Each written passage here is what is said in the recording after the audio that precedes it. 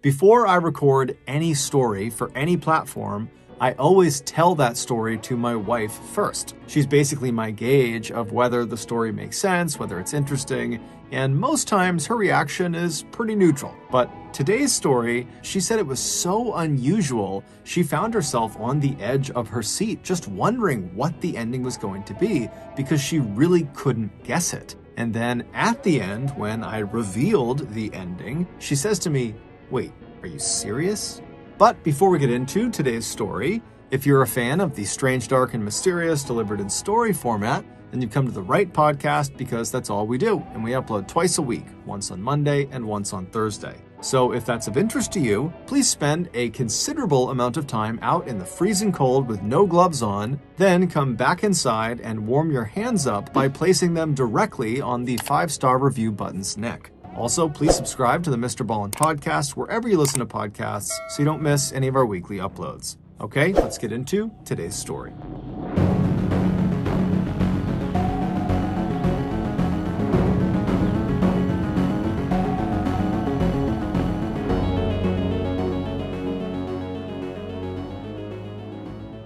Alexandra Ignatovic, or Sandra for short, was born in 1967 in a quiet suburb of Vancouver, Canada. Her parents, who had immigrated to Canada from Yugoslavia, were both extremely hardworking people who also had big, warm personalities and great senses of humor. They would pass all three of those qualities on to their daughter, which in turn made her a very popular person from a young age.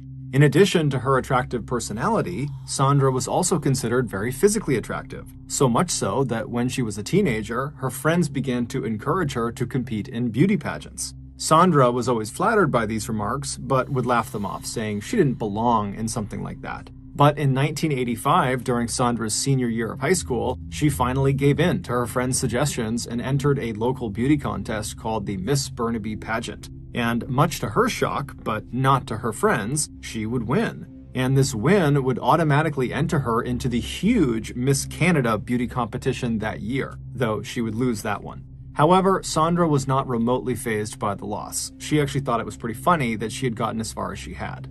After high school, Sandra lived at home with her parents and attended a technical school to become a dental assistant. During this time, Sandra and her mom, Sedenka, who she was very close with, developed a hobby that they did together on the weekends. On nice days, they would find local open houses, and they would pretend to be in the market for buying a home, when in reality, they just wanted to walk around the property and fantasize about what it would be like to live there. In 1987, when Sandra was 21 years old and was now working full-time as a dental assistant but still living at home, she and her mother, like usual, went to an open house one weekend in their neighborhood, and once they arrived, it was very crowded, and so they made their way off to the side and just began chatting in their family's native tongue, Serbo-Croatian. And so as they're doing this, a woman they didn't recognize walks up to them. She was this short, older woman with rosy cheeks who was grinning ear to ear, and when she reached the mother and daughter, she very excitedly began speaking in Serbo-Croatian as well. She said her name was Jelka Pesek, and she couldn't help but overhear them speaking in her native tongue. Like Sandra's parents, Jelka had immigrated to Canada from Yugoslavia, and like Sandra and her mom, Jelka was at this open house pretending to be in the market for a home when really she was just fantasizing same as they were. So these commonalities they shared immediately put them all at ease, and before long, all three of them were chatting and laughing like they were old friends. Over the course of their 15 or so minute-long conversation, Jelka eventually asked Sandra pretty point blank if she was single or in a relationship. And Sandra, who was a little caught off guard by the abrupt question, said, "I'm single." At which point, Jelka lit up, and with a smile on her face, she said, "Well, I'd love for you to meet my son Joe. He's about your age and single too." Sandra smiled, but before she could respond, Jelka kind of waved her off like she knew she was being too pushy, and she just said, "Look, our family owns an automotive shop in town. It's called Sam & Sons. If either of you ever have car troubles, it's on the house. Bring your car in. And if you, Sandra, swing by, I'll introduce you to Joe." Then she handed Sandra a business card and said her goodbyes to both of them and then turned and walked away. Once she was gone, Sandra and her mother kind of chuckled about the conversation they had just had, and then they went back to just enjoying the open house. And by that evening, when the mother and daughter had gotten back to their own home, they had more or less forgotten about Jelka. However, the following day, while Sandra was out running some errands, her car's engine started making really loud knocking sounds. Well, she didn't know what they meant. She knew that she really needed to have someone look at her car. And so as she began to look around, wondering if an auto body shop just happened to be close to her, she remembered Yelka from the day before giving her that business card for her auto body shop. And so Sandra pulled over to the side of the road. She fished inside of her purse and she pulled out that card, the business card, and she saw the address of the auto body shop was only a couple of blocks away. And so she merged back onto the road and she began driving over. When she arrived outside of Sam & Son's auto body shop, she parked in their front lot, and then she got out and she made her way into the front office. And then as soon as she stepped inside, she saw right ahead of her was this big desk, and behind the desk was Yelka. And as soon as Yelka saw Sandra coming in, Yelka lit up and she said, "Oh my goodness, you're here. Come here, come here. I got to introduce you to my son." And that's when Sandra said, "Well, actually, I'm here because my car actually broke down today. And I was wondering if, you could have a look at it." And immediately Yelka said, "Oh, of course." She grabbed a mechanic. She pulled him over and said, "Right now, go out and get Sandra's car. She has to be at the front of the line." And so the mechanic went out to get Sandra's car. And then Sandra said, "Thank you so much. I really appreciate it. I'm going to just go step outside and just let me know when it's done." But Yelka would say, "No, no, no, no, no. You have to meet my son. Hold on just a minute." And so Sandra just kind of stood in the waiting room, kind of feeling a little bit awkward. And Yelka ran back into the back room behind the desk. And then she came running back out a few minutes later. And just a few seconds behind her was this handsome man in a crisp suit who had short, dark hair and a perfectly manicured mustache. And Yelka immediately grabbed him and kind of wheeled him out from behind the desk and brought him right in front of Sandra. And with a huge grin on her face, she says to Sandra, "This is Joe. This is my son. He's single. You're single. You two should go on a date." And so Sandra and Joe immediately laughed because it was so pushy and so forward, it was just kind of comical. But over the course of their very short interaction, they both found each other attractive and they actually agreed to meet up for a date. And over the course of the next few weeks, the pair would go on many dates and they would become inseparable. Joe would take Sandra to the nicest restaurants in town, they would go dancing, and then sometimes they'd just hop on Joe's motorcycle and go for long rides in the countryside. Less than a month after their first meeting, Sandra was already telling her family and friends that Joe might be the one. And she would be right, because almost exactly a month after their first meeting, Joe would ask Sandra to marry him, and she would say yes. Sandra was beyond excited. She knew this proposal had been abrupt, but she didn't care. She felt like Joe was perfect. However, there was one detail about Joe that Sandra hadn't really seen fully yet, and that was his mother. Sandra was aware that Yelka could be a bit pushy. After all, she did literally tell Sandra to date her son while they stood directly in front of her son. However, after that interaction, Sandra had really not spent much time around Yelka and so hadn't formed much of an opinion of her. But as soon as wedding preparations began, that would change. Yelka wanted to plan every single detail of the wedding. You should get married in this church. You should buy this gown from the store. Your bridesmaids should wear these dresses. Here's a great music list for the wedding reception. Although she presented these as suggestions, they were more like demands. At first, Sandra tried to just roll with it and allowed Yelka to have her way with a number of the decisions, but after each concession, it just seemed like Yelka would come back with even more demands. Finally, Sandra had just had enough, and she told Yelka, "You gotta stop inserting yourself into every single wedding planning decision. This is my wedding. This is Joe's wedding, not yours." And shockingly, Yelka responded by effectively saying, "I know better than you, and I'm not going to stop telling you how to have the best wedding because I want it to be the best." Sandra was dumbfounded. She felt like she literally could not stop Yelka, and so she went to her fiancé, and although she knew she was putting him in a really awkward situation, she told him he had to step in and tell his mom to back down, that she was totally overbearing and making this wedding process a nightmare. At first, Joe tried to act like Sandra was overreacting, but Sandra just was not having it, and she basically said, "I will postpone this wedding if you don't handle this." And so after a deep sigh, Joe told Sandra, "Okay, I'll go talk to my mom." And sure enough, Joe would. And Yelka would step back as a result of this conversation. However, it was plainly obvious that Yelka was not happy about this. And to show her displeasure, for the rest of the wedding planning cycle, Yelka refused to look at or talk to Sandra. But as upsetting as this was for Sandra, ultimately she was kind of okay with it because 1, Joe had demonstrated that he could have her back when she really needed him, and 2, She didn't really like talking to Jelka at this point. She found her incredibly annoying, and so to have Jelka ignoring her was kind of a good deal. A few weeks before their wedding, Sandra and Joe, who at that point both still lived with their parents, decided to go out and get an apartment they could share together as a couple. And they found one. It was very small and was the only one they could actually afford, but it was relatively close to both of their families and their work, so they took it. After getting the keys, Sandra and her mom would spend a very fun weekend going out to yard sales and discount stores to decorate and furnish the apartment, and by the time they were done, Sandra and Joe loved it. On June 11th, 1988, Sandra and Joe finally got married in front of all of their friends and family, and everyone seemed to have a great time, except for Jelka. Then, after the wedding, the new couple headed off to Hawaii for their honeymoon. A week later, Sandra and Joe returned to Vancouver, and when they walked into their new apartment, they were both shocked. The entire place had been completely redecorated. Couch covers had been switched out, the kitchen had been reorganized, bathrooms had different colored towels, the bed had different sheets on it, and it was even facing a different direction. After calling around to their families, they quickly discovered Jelka was responsible. She had used Joe's keys to slip into the apartment while they were on vacation. Sandra was furious. She and her mother had worked so hard to furnish and decorate the apartment to make it feel like her own, and now it just felt like Jelka's. It was so rude what she had done. Sandra literally couldn't believe it. Despite putting everything back the way it had been in their apartment, this was a massive violation of their privacy, and Sandra openly told Joe that she wanted nothing to do with his mother. However, it wasn't that simple for Joe. Despite her transgressions, Joe still loved his mom, and he got his paycheck from his mom. She was literally his boss at the auto body shop, so he couldn't just disown her, nor did he want to. This caused a lot of friction between the couple, but ultimately they just kind of accepted that they would need to find a way to live with Jelka and her intrusive behavior because she wasn't going anywhere. But despite Sandra's best efforts to put up with Jelka, Jelka made that nearly impossible on a regular basis.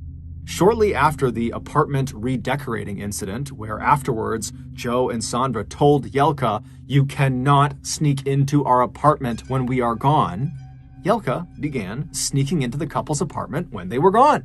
Jelka had made a copy of her son's keys and just came and went as she pleased. At first, all she did was straighten things up around the apartment and periodically would go through their fridge, throwing away old food and sometimes replacing certain food items with other food items that she believed were better in some way. At first, Joe and Sandra actually didn't notice, but when it seemed like their entire fridge was starting to become full of food neither of them remembered purchasing, they confronted Jelka, and sure enough, she admitted to it. But the way she framed it was that she was simply swinging by and dropping off groceries. After this admission, privately, Sandra told Joe that he had to step in and stop Jelka from doing this. They had already told her, "You can't do this," and she's doing it all over again. And Joe, he would tell his wife, "Oh yeah, I'm going to tell her to stop, for sure." He actually would not. And so Jelka would just continue to come in and out of their apartment as she pleased. Sandra was furious and felt like she had totally lost control of the situation, but at the same time, she started having feelings that, maybe she was overreacting. Maybe she was wrong about Jelka, and she was just hypersensitive to what she was doing, and that in reality, Jelka was being really helpful. But when Jelka, during one of her secret apartment visits, removed half of Sandra's entire wardrobe from her closet and replaced it with clothing Jelka had bought, Sandra officially had had enough. Instead of waiting for Joe to come home that evening and to figure out what to do together, Sandra just hopped in her car and drove right over to her in-laws' house. When she arrived, she ran up the front steps. She didn't even knock on their door. She simply opened it and screamed at Jelka, who was straight ahead in the kitchen, that she can never come in their apartment without permission ever again. Then she screamed at Jelka to give her her clothing back immediately. Jelka seemed totally unfazed by this, and instead of saying sorry or trying to make an excuse, she just said very matter-of-factly, "You don't look good in your clothing. I know what you look good in." Then she walked over to a closet near the front door, pulled out several dresses and blouses and kind of chucked them at Sandra, and then holding her crumpled clothes in her arms, Sandra glared at Jelka for an extra second before turning and storming out of the house back to her car. When she got back to her apartment, Joe had come home at this point, so Sandra walked in and pretty much immediately laid into him. She explained how his mom had taken her clothes and that now she had just completely had it. She was done with Yelka. She can't come back in here. It's over. It's done. But while the couple fought, there was a knock on their front door. The couple stopped talking, and Joe stood up and walked over to the door, and he opened it. And shockingly, standing on the other side was Yelka and her husband, Sam. Sandra saw them and literally ran over and slammed the door in their face. But through the now shut door, she heard Yelka call out, "Please let us in. I have something very important I want to tell you." Sandra could sense that Yelka's tone seemed different somehow. Perhaps she was here to apologize. It certainly seemed possible given recent events. And so while holding the doorknob, Sandra turned and looked at Joe, who had a look of I don't know what to do on his face. And then with a very frustrated sigh, Sandra turned the doorknob and opened the front door again. And immediately, Yelka smiled at the couple and walked in like she owned the place. Sam followed behind her, but seemed wholly uninvested in whatever it was they were there for. Yelka strode right into the kitchen, and she took a seat at the head of the table and then beckoned Sandra and Joe to come over and sit down as well. Sandra was already regretting her decision to let them in, but she did want to hear what Yelka had to say, and so she walked over and sat down, as did Joe. Once everyone was sitting around the table, Yelka smiled and said, "Sandra, Joe, we're going to make an $85,000 down payment on this beautiful two-story house for you two to live in. We know this apartment is small and you want to start a family, and we want to give you the best home to do that in." Sandra and Joe were dumbstruck. They made very little money and had almost no savings, and so home ownership was not exactly on the horizon for them, although it was something they often fantasized about. But now, this fantasy could become a reality if they just said yes to Yelka. And so with Yelka sitting there staring at them intently with a big grin on her face, eagerly awaiting their answer, the couple exchanged a few quick glances at each other, kind of feeling each other out, and then they said, "Okay, yeah, thank you so much." Yelka was extremely pleased. She hugged them both and asked them to come by the property the next day to have a look around, and then Yelka and Sam got up and they left.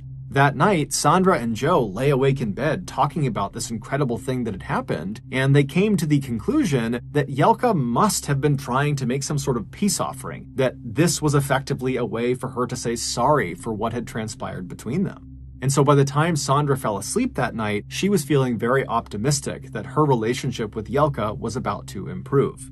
The following day, Sandra and Joe drove over to the house that they had just agreed to let Yelka and Sam put the down payment on, and right away, what stood out to Sandra was the home's proximity to Yelka's house. It was only about 5 minutes drive away, much closer than their current apartment was to Yelka's house. Also, as soon as Yelka arrived in her car and got out to talk to them on the sidewalk, she was absolutely brimming with excitement, talking about how she couldn't wait to start decorating the inside of the house. It was like she was moving into the house. Alarm bells were going off in Sandra's head. This arrangement clearly was a mistake. But at the same time, Sandra felt like they were in too deep. They had already agreed to do this. How could they possibly back out now? So against her better judgment, a few weeks later, the sale of this new house was finalized and Sandra and Joe moved in. But within a week of living there, everything fell apart. Sandra had mentioned to Joe that she wanted to put in a simple red accent tile along the back of the kitchen wall. Joe had apparently relayed this information to his mother, who promptly arrived at the house specifically to tell Sandra she wasn't allowed to do that Yelka already had plans for the kitchen. A massive fight broke out between the two women that ended with Sandra saying, "You know what? I'm done. I'm leaving. I'm moving in with my mom." Then Sandra did just that. She grabbed her things, put them in the car, and she left. Joe, who by now seemed to have just given up trying to keep the peace between his wife and his mother, didn't even try to stop her. It looked like Joe and Sandra's marriage was destined to fail. Yelka was just too much to overcome. But only a week after moving back in with her mother, Sandra started to feel nauseous. She took a pregnancy test and it revealed that she was pregnant. She was going to have Joe's baby. Sandra had a decision to make: return to Joe and by extension return to Yelka, or raise the child on her own. She called Joe to break the pregnancy news and talk about the way ahead for them, and he was extremely excited and begged her to come back and live in the house together again, and he promised he would keep his mother under control. By the end of the call, Sandra decided she was willing to go back and give it another shot, not because Joe was so convincing or that she thought Yelka was really going to change, but because she felt like she owed it to her unborn child. And much to Sandra's surprise, once she moved back into the house with Joe, it actually was much better than before. Namely because Yelka actually seemed to be giving them space. Clearly, Joe had laid down the law with her, and Yelka was respecting it. She gave them so much space that by the time Sandra actually gave birth to her son Brandon, she found herself secretly starting to kind of like Yelka, just a little bit. 6 months after Brandon was born, Sandra and Joe were both starting to feel very run down from being on baby duty 24/7, and so Joe suggested they go out on a date night that Friday. Sandra loved the idea and asked Joe to get them a babysitter, and then once he said he had, they made reservations for their favorite restaurant. When Friday came around, as Sandra was getting ready for the night, they heard the babysitter knock on the front door. Sandra opened the door and saw Yelka. Despite her recent good behavior, Sandra was still very much on edge, wondering when the old Yelka was going to come back out again. And so her immediate reaction to seeing Yelka on the other side of this door was, "What are you doing here?" Yelka looked at her funny and said, "I'm your babysitter. Joe asked me." Sandra immediately whipped her head around and looked at Joe, who was now standing very sheepishly in the middle of the room. Before Sandra could say anything to him, Yelka had slipped past her into the house and was already talking about how she and Brandon were going to have such a wonderful night together and that everything was going to be just fine. Sandra shut the door and then grabbed Joe and pulled him into another room and told him she didn't like this, that he should have told her he was going to have her babysit their son. But Joe told her she was overreacting, that, despite their past issues, his mom was really excellent with kids. This would be fine. Sandra did not like this, but eventually conceded. And then before the couple left, Sandra gave Yelka very specific instructions for how to care for Brandon, what to feed him, what time to put him to bed, etc. And the whole time, Yelka just reassured Sandra that it was going to be just fine. Just go out and have fun. Finally, after giving all the instructions she could possibly think of, Sandra and Joe said goodbye and they left. They went out to their favorite restaurant, and then afterwards they went to a club to go dancing. And as soon as they got there, Sandra stepped away and hopped on a payphone to call Yelka to make sure everything was going okay with their son. And when Yelka picked up, she informed Sandra that the boy was, quote, out like a light, because apparently she had given him some tea from the old country. Sandra said, "What? I told you he only takes breast milk. What did you give him?" And Yelka just laughed and said, "Don't worry about it. It's fine. He's asleep. Go enjoy yourself." Sandra was horrified. She hung up on Yelka and ran back into the club. She grabbed Joe and said, "Your mom just fed something to Brandon that she shouldn't have. We have to go." The two ran from the club. They hopped in the car, and then Sandra flew back to their house. As soon as they were parked outside, she ran up the steps into the house, right past Yelka, into her son's nursery, and then standing next to his crib, she reached down and she lifted him up, which should have woken him up, but it didn't. He just lay limp in her arms. And so immediately Sandra pressed his mouth up against her ear to see if he was still breathing, and barely she could tell he was still breathing. But despite screaming his name and moving him around, nothing was waking him up. And so by this point, Yelka had come into the room and she was trying to convince Sandra that this was no big deal, that, the tea from the old country works great. You got nothing to worry about. But at this point, Sandra is panicking and she's screaming at Yelka to tell her what was in the tea you gave him. But Yelka just wouldn't give her an answer. She just kept laughing and saying it was fine. And so finally, Sandra just takes her son and runs past Yelka, runs past Joe. She runs out to the car. She strapped her little boy into his car seat, and then she flew to the emergency room.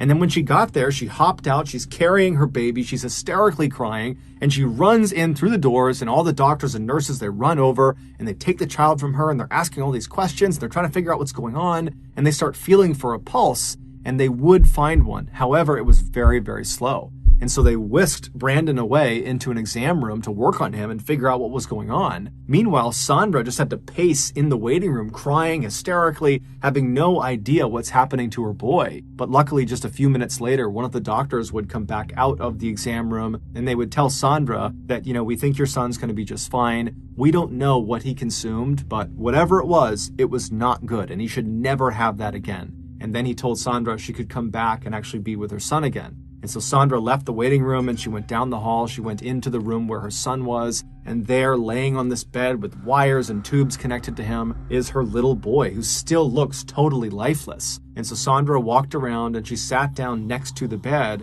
and she laid her head down on the pillow and just looked at her son. And right there, in that moment, she decided that she was officially done with Jelka, even if it meant being done with Joe. A few minutes later, when Joe arrived by himself, Sandra would tell him he needed to choose. It was either going to be her or his mother. Unlike other times, Joe was not quick to come to his wife's side. In his mind, Sandra had become as much to blame for the drama as his mother was. And so after getting very frustrated with Sandra, he said, "You know what? You keep yelling at my mom, and I don't like it. She only wants to help and be supportive, and you just can't accept that. So I'm sorry, but I'm choosing my mom, not you." And Sandra would say, "Fine." And then the two of them just sat in silence on opposite sides of their son for the next hour until the doctors came back in and gave them the okay to take their son home, at which point Sandra immediately stood up and grabbed Brandon, and she and her son left the hospital without another word to Joe. She would drive her son to her mother's house and drop him off with her parents, and then she would go back to Joe's house, collect most of her things, and then move into her mom's house with her son. The following day, she would file for divorce. Immediately, the divorce became very nasty. Sandra didn't want Brandon anywhere near Jelka, so she decided to seek full custody of him. However, Joe, who by this point had gone from being something of an innocent bystander caught in the middle of two people he loved, to being aggressively on his mother's side, and therefore aggressively opposed to Sandra, told Sandra that he would be seeking full custody of Brandon as well. While these legal proceedings were going on, Joe's parents took it upon themselves to change all the locks of the house, knowing some of Sandra's things were still tucked away in the attic. Jelka also had their lawyer send Sandra a letter explaining that she was now forbidden from stepping foot inside of that house without express permission from Jelka. But as Joe and his mother made these punitive moves, Sandra would receive a huge legal break. The judge in their case had come to a decision. Sandra would get full custody of Brandon, and Joe would be required to pay child support and an alimony payment. The judge also ruled that Sandra would get primary ownership status of the house that Jelka had put the down payment on, and on top of all of that, based on Jelka's previous behavior, she was forbidden from having any contact with both Sandra and Brandon. Joe and his family were beyond outraged, but their only recourse was to be on their best behavior and try to file an appeal and have the judge change the ruling. So in the meantime, Joe very reluctantly and bitterly moved out of the house, and then Sandra and Brandon moved back in. Over the following few months, Joe didn't pay a dime of child support or alimony payments to Sandra. He also didn't bother to try to get in touch about seeing his son. Sandra was very upset about this. However, she was mostly just upset for her son, whose father basically had abandoned him. But as the silence between them grew, Sandra started to think to herself that maybe it was for the best. Fast forward about a year and a half to the summer of 1992, Joe was still not paying any support money to Sandra, and he and Sandra were still not talking, minus during court appearances for the appeals that had been filed. And during those short interactions, Joe would be openly cold and hateful toward his ex-wife, which Sandra could clearly tell made Jelka very happy. But Sandra didn't care. She had her son, she had the house, and she felt like no matter what they said or they did, they weren't going to stop her from trying to have the best life she could have. But Sandra's life was about to take a drastic and unexpected turn.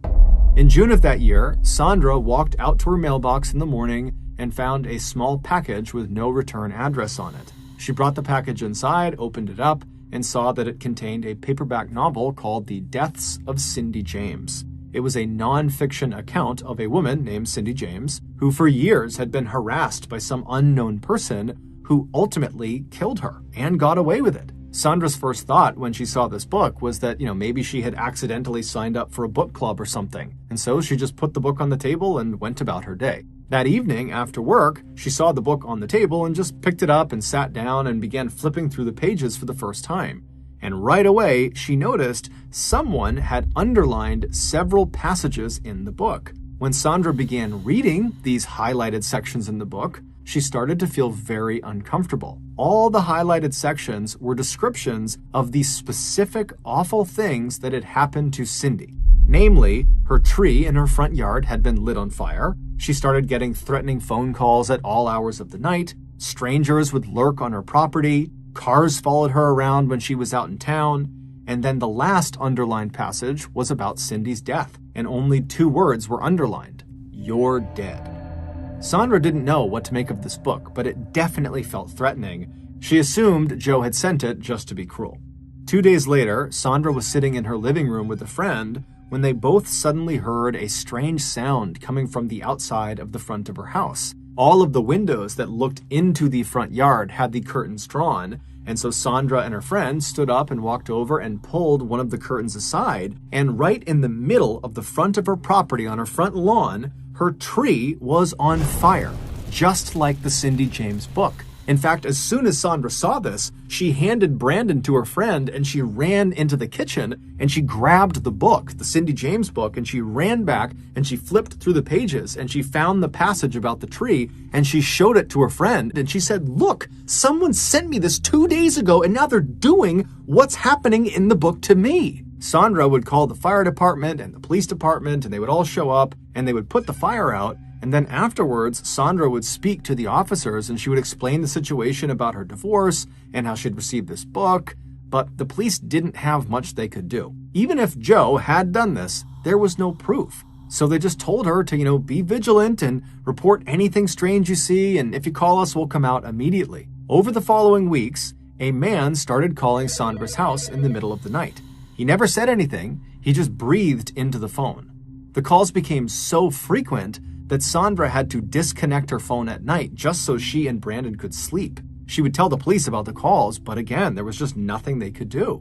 About a month after the calls had begun, Sandra was giving her son a bath in their house, and after he was all clean, she scooped him up in a towel and she carried him across the hall into his room, which was on the first floor in the back of the house. And when she walked into his room, the light was off, so it's totally dark, and the curtains that covered the back window were actually pulled to the side, revealing a clear view into the backyard. And standing right on the outside of her house, looking into her son's window, is this large man with a ski mask on. And he can clearly see that Sandra is looking at him, but he's totally unfazed. In fact, when he can tell that Sandra has made eye contact with him, he leans forward into the glass before turning and walking out of sight. Sandra immediately runs all over her house, making sure all the doors are locked, and then as she's reconnecting her phone to call 911, she hears banging on windows and she hears banging on the walls, and then by the time the police show up, there's no sign that anybody was there. And so once again, the police had to say to her, "Sorry, you're on your own." The next day, when Sandra noticed a car was now clearly following her in town, she realized all of the underlined sections of the Cindy James book had now happened to her in real life, except for one, the last underlined section, the one where Cindy dies. Scared for her life, Sandra hired a private investigator to both watch her home and try to figure out who was behind this, but after a couple of weeks,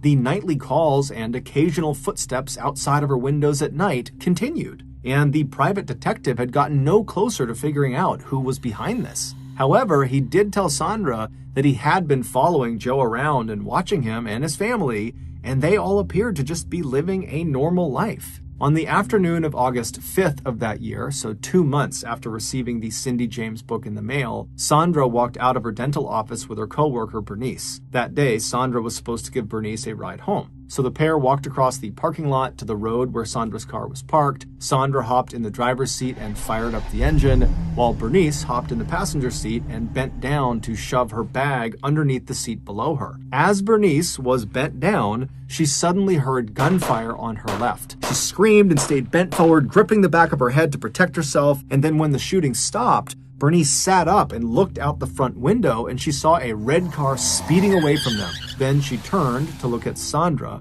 and she saw her coworker was slumped forward. 2 of the 6 shots that had been fired from that red car had struck Sandra in the head. Bernice ran out of the car and she got help, and before long the police and paramedics were there, but by the time they reached Sandra, it was too late. She was already deceased.